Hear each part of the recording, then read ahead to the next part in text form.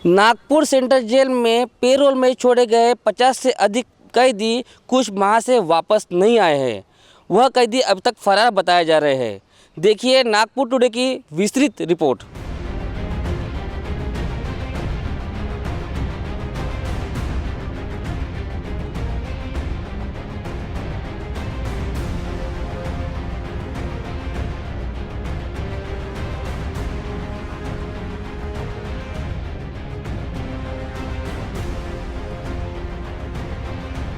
ये पैरोल और फरलो ये हमारे दो चीज़ें हैं।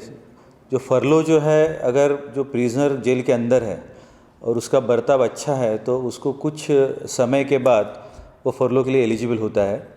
तो फरलो पे छूटना ये अलग बात है। पैरोल है, उसकी कालावधि काफ़ी ज़्यादा रहती है, 90 दिन तक वो जा सकता है और जिसके अधिकार हमारे विभागीय आयुक्त साहब के पास रहते हैं।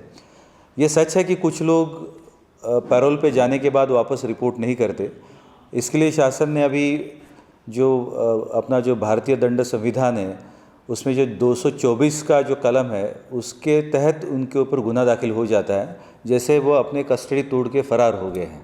तो उससे हमारा काफ़ी अभी कंट्रोल आ चुका है। बहुत सारे लोग अभी इतने फरार नहीं होते जितने पहले की तादाद में होते थे।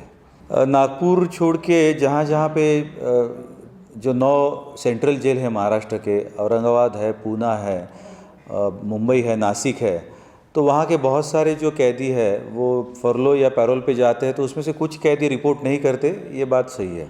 एक तो ये जो पैरोल और फरलो की जो सहूलियत है वो बहुत ज़्यादा, जिनकी सेंटेंस है, जिनकी सज़ा बहुत ज़्यादा है, वही आरोपी ज़्यादा उसका उपयोग करते हैं। और आपको तो पता है कि जो हत्या के आरोपी है उनको उम्र कैद की सज़ा रहती है। तो बहुत सारे जो कैदी है ये उम्र कैद के हैं, तो उनको तो पुलिस रिपोर्ट के बाद ही हम छोड़ते हैं। जिनका अगर छूटने के पहले वो जब हमारे पास आवेदन करता है, आवेदन के हिसाब से जिस एरिया में वो सज़ा जो अपनी पैरोल भुगतने के लिए वो जाने वाला है उस एरिया के पुलिस स्टेशन का रिपोर्ट लेते हैं। अगर पुलिस स्टेशन का रिपोर्ट पॉजिटिव है तभी उनको छोड़ा जाता है। 26 अगस्त को एक सरकार ने कुछ नए कानून बनाए हैं पैरोल और फरलो के लिए, लेकिन वो कानून के ऊपर अभी भी विचार शुरू है।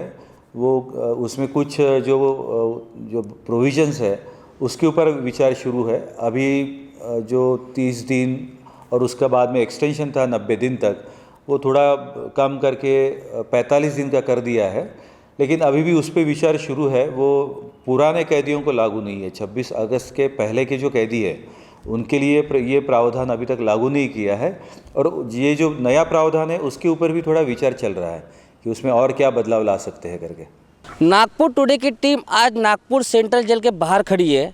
नागपुर टुडे की टीम आपको बताना चाहती है कि नागपुर का ये सबसे बड़ा सेंट्रल जेल बताया जा रहा है। यह 1864 से ये सेंट्रल जेल बनाया गया है। नागपुर टुडे टीम आपको ये बताना चाहती है कि नागपुर के सेंट्रल जेल से पेरोल पर छूटे 50 कैदी उनकी अवधि खत्म होने के बाद भी वह नहीं लौटे हैं। इन कैदियों में कुछ शातिर अपराधी है और कुछ पर गंभीर मामले दर्ज है। न्यायालय से सजा सुनाए जाने के बाद कैदियों को एक सीमित अवधि के लिए पेरोल के माध्यम से जेल के बाहर निकाला जा सकता है। पेरोल अवधि खत्म होने के बाद उनको वापस जेल लौटना पड़ता है। संबंधित कैदी के आवेदन पर पुलिस विभाग की रपट पर विभागीय आयुक्त पेरोल मंजूर करते हैं। पेरोल पर जेल से बाहर निकलने कैदी संबंधित थाने में सप्ताह में 2-3 बार हाजिरी लगानी पड़ती है, लेकिन पिछले कुछ महीने में पेरोल पर बाहर निकले अनेक कैदी हाजिर न लगाते हुए फरार हो गए हैं। इसमें सर्वाधिक 17 कैदी नागपुर शहर के हैं। इसके अलावा नागपुर ग्रामीण के 6 कैदी, वर्धा जिले के 7 कैदी, गढ़चिरौली के 5 कैदी फरार बताए जाते हैं। देखना दिलचस्प बात यह है कि अभी ये फरार कैदियों को नागपुर पुलिस पकड़ पाती या नहीं।